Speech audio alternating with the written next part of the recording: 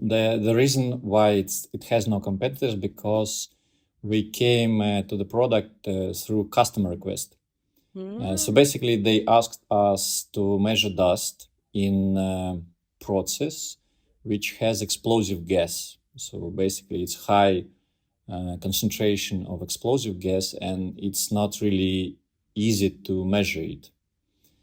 So we came with this question to our producer of other equipment, and we could not find any solution.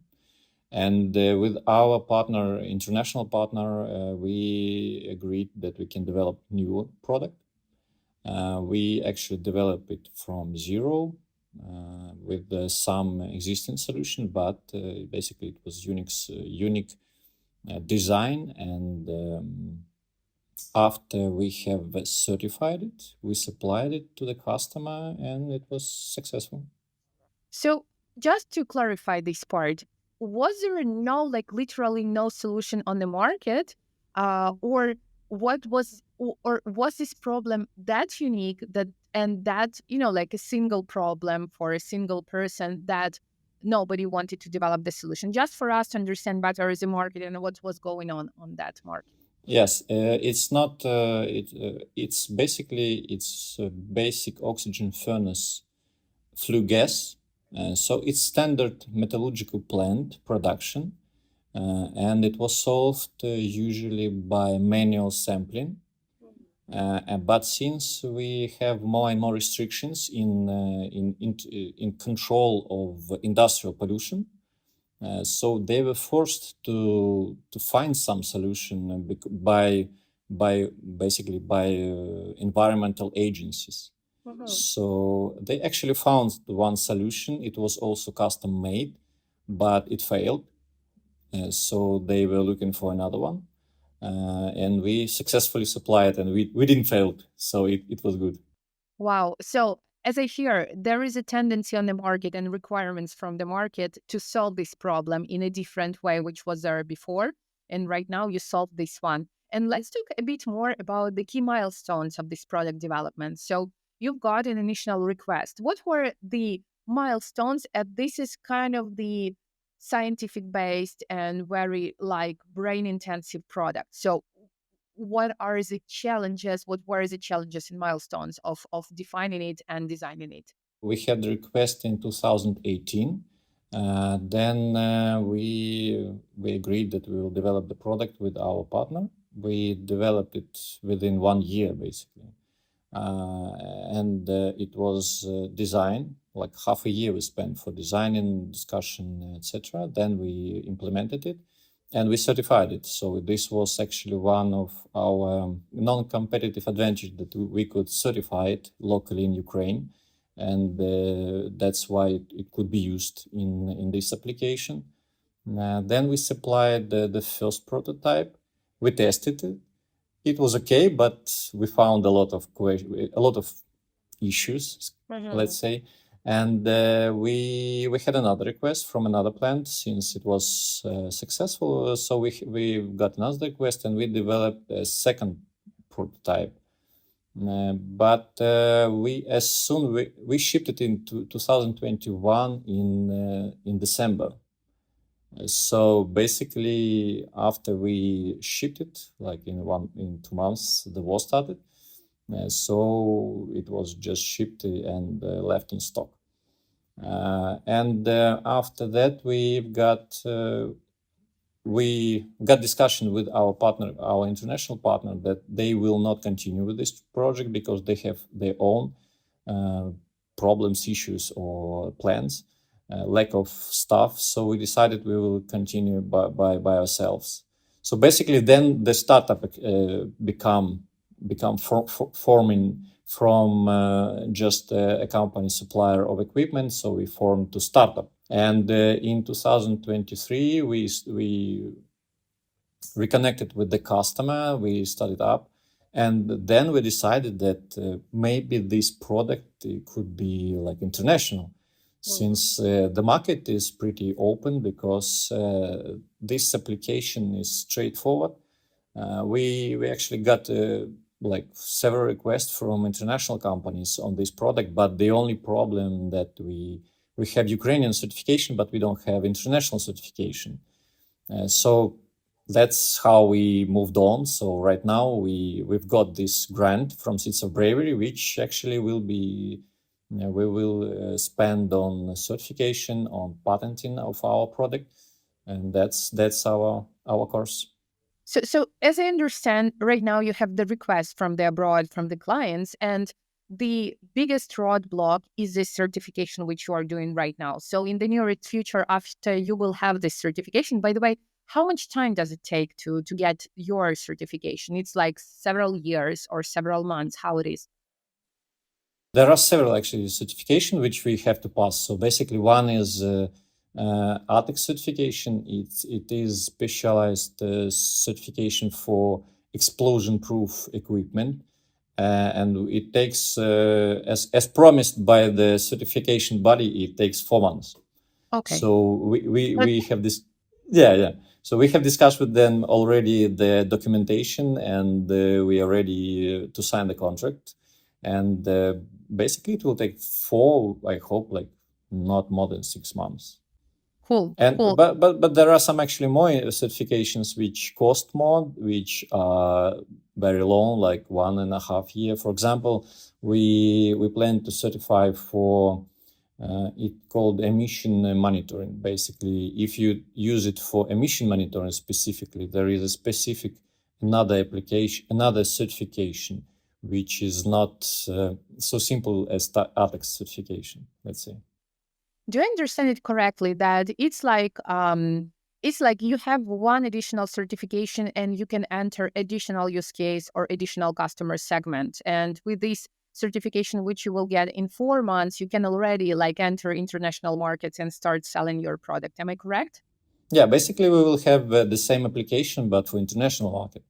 So I don't know. We have calculated that there are like around 1,000 processes which we can monitor, and basically they are lack of monitoring. So I believe that we will be the only one, like exclusive, unique solution.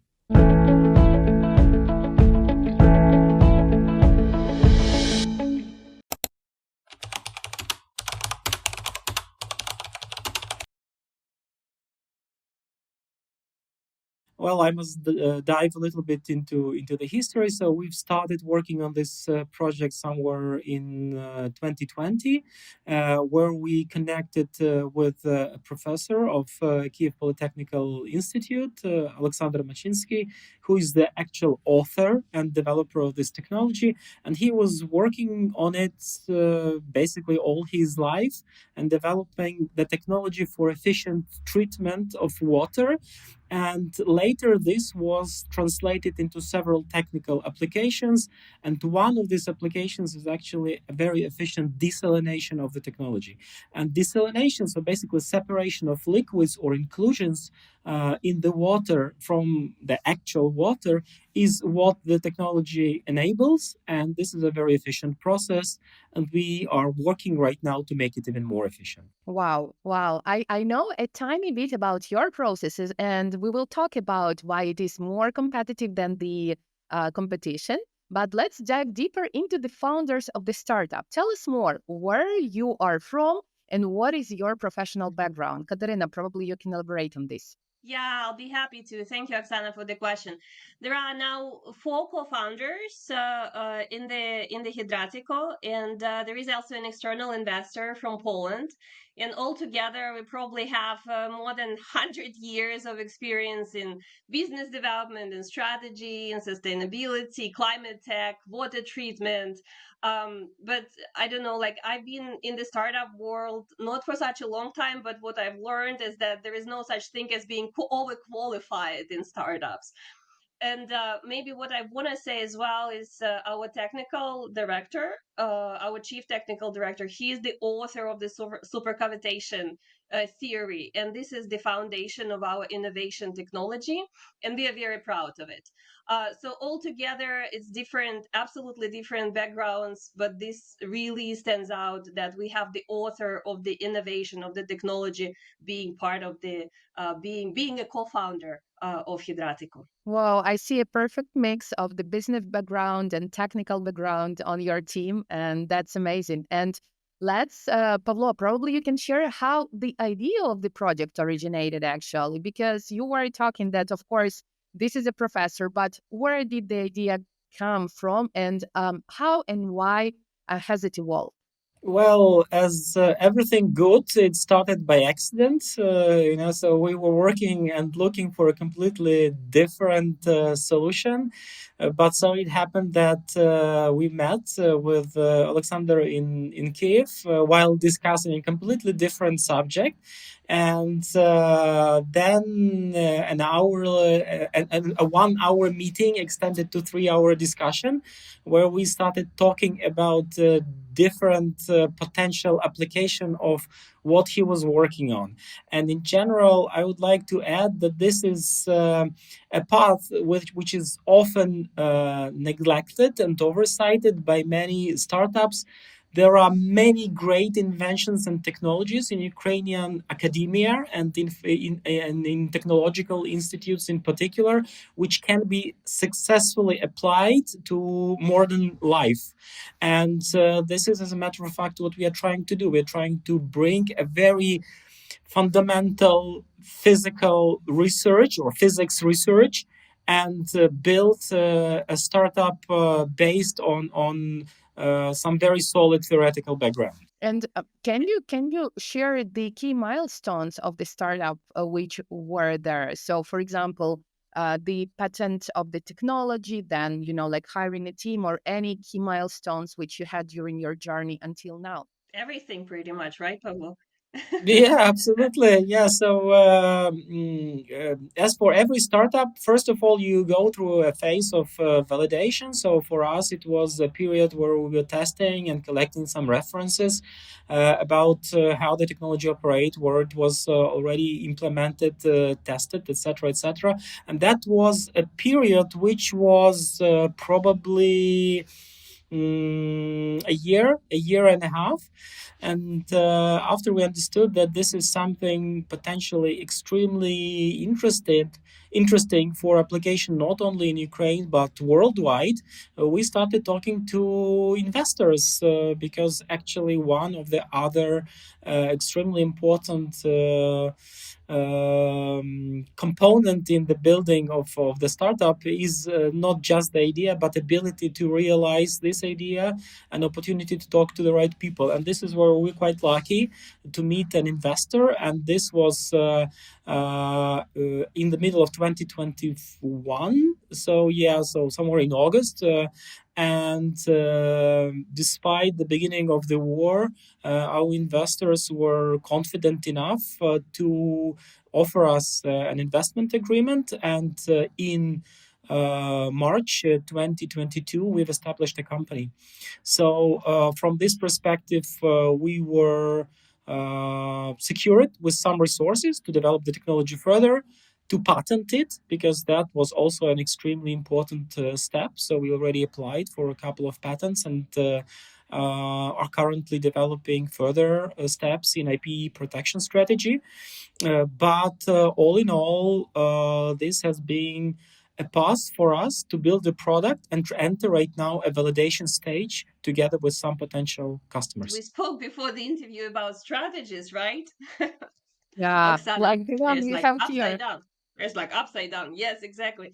So if we talk about the big picture of all of these milestones and where we'd like everything what we do now is feeding to, is really the strategic importance to our country, Ukraine. Because if we take the recent attacks on Kakhovka Dam, if we talk about the dam of Russia of toxic waters into the in Chernigiv region, all of this is gaining a strategic momentum to address in our own country in order not only to provide access to people to clean water, but also to be ahead of the curve, to anticipate that such problems will appear, unfortunately, because the country is in war, and Russia, the aggressor, is attacking the resources of our country, including water.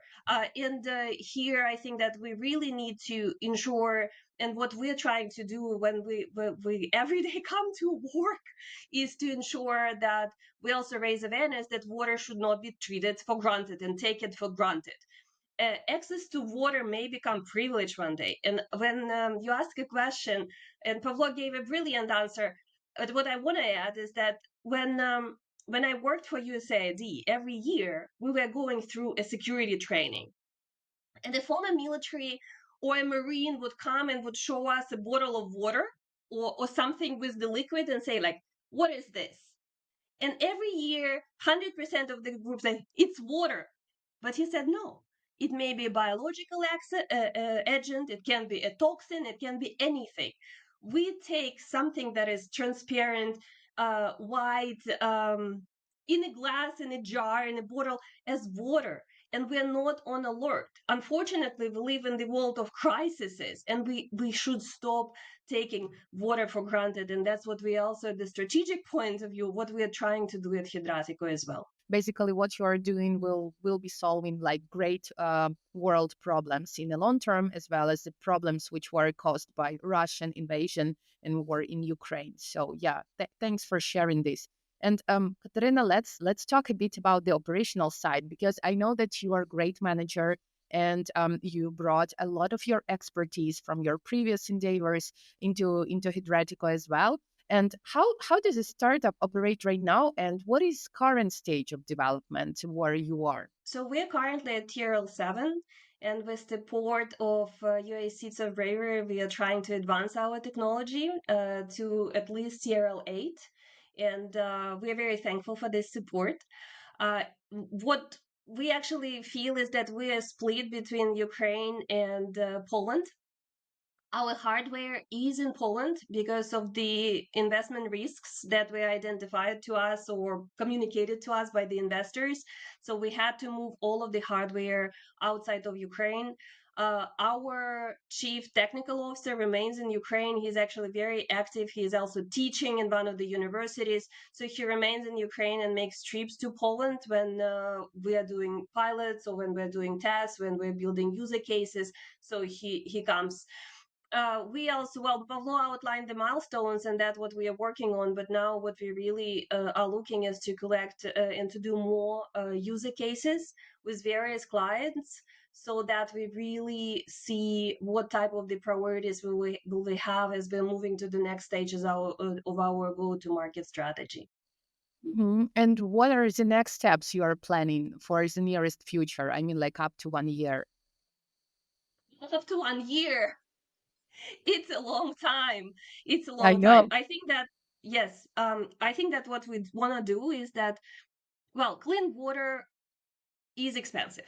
Yeah. And now what we are trying to do is that we're trying to build and prepare everything so that we have a new prototype so that it will allow for the larger volumes of water to be treated and decrease the price of the treated water. And I think that this is our priority. Everything what comes, this is a goal, and everything what comes to achieve that goal will be our priority in the next 6 months, I would say. But in a year, Pavlo, I think that in a year, well, we want to raise more dilutive funding. We want to prepare for the next funding round and ensure that in a year we're actually ready with TRL 9. Basically, our goal right now would be to validate the technology with potential customers and to identify this so-called lowest hanging fruit, right? So this is the market segment and application of the technology in which we are able to achieve results as soon as possible with the lowest possible resources available, and at the same time demonstrate and validate the technology, because that would provide us a very solid foundation for other, first of all, research and development. And if you would like to stay competitive as a startup, this is the way to go and maintain your technological leadership. And second is actually secure some financing, not necessarily dilutive, but also secure some financing, maybe already from customers through these paid pilots. So that is not only strategic, but well, a survival goal for our startup in particular. Yeah, thank you so much for sharing this, because the scientists and to be startuppers and startuppers who are at the early stage, they need to think over this. So how to have this low-hanging fruit and probably how to raise the money from the clients in advance. So this is a great point which you mentioned. And I would love to make one step back and just return, Pavlo, to your comment about the technology and how you validated it and understood that you can go with this to investors, etc. Yep. So how did you understand that technology is ready? Because those scientists and startuppers who will be listening to us at some point, they are like, oh, should I go with that to investors? Is it ready or no? So how to check yourself if you're there already and you can advance your endeavors there? You're absolutely right.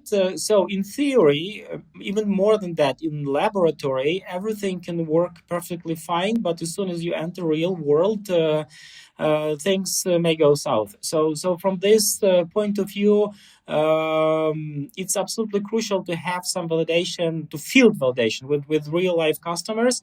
And we were quite lucky because this technology was already applied in Ukraine in several cases, and more than that, in several industries. To name a few, we had it in petrochemical industry at oil processing plants. We had it in waste processing, and that was clearly demonstrated in, for example, in Zhytomyr, where we had a larger installation tested, and we saw that there is a very significant economical effect boost from implementation of this supercavitation effect. More than that, just recently we have entered negotiations with a large energy provider. Unfortunately, I cannot name the company directly, but they are a company which use extreme numbers of waters, and these are in their words lakes of water per hour. Right, so you can imagine that this is hundreds and hundreds of thousands of cubic meters per hour, and one of the problem which they are solving is actually that most of that water evaporates. So you have to cool it somehow, and it's done right now naturally using these cooling towers, where everything goes into the atmosphere, and this is lost for them. So they are extremely interested in decreasing the amount of water which escapes their system, and from this perspective, we already have a case like this in Ukraine. So for us, it is a matter of taking this validated and proven scenario and applying it to new reality with the customer elsewhere. So this validation by practical application, I think, is the most valuable thing you can offer to investors and to customers. And this is like how we tend to build the startup based on real life cases. And with us right now, coming back to your question, how we operate right now. So I must say that I'm amazed with the readiness to operate and do things in Ukraine right now. So we have many suppliers who are much more efficient, money-wise, time-wise, readiness, or being prepared to do and act and participate in this project than, say, in Europe. So some things, for example, water test, seemingly chemical analysis of the water, right? So seemingly simple thing, but in Europe it takes you like up to half a month. In Ukraine, we are able to have it 5 to 6 days, right? So from this point of view, it makes sense right now to send sample of water to Ukraine, to have it analyzed there, and then, so adjust our processes here. So this brings you a very good understanding that despite the war, despite all the challenges, even with electricity, right? So when to do the analysis, you need actually the electricity for machines to operate. You can see that Ukraine is definitely moving forward from the technological point of view. And we as Ukrainians, as a Ukrainian-born startup, would like to support this movement as soon as we can, as much as we can.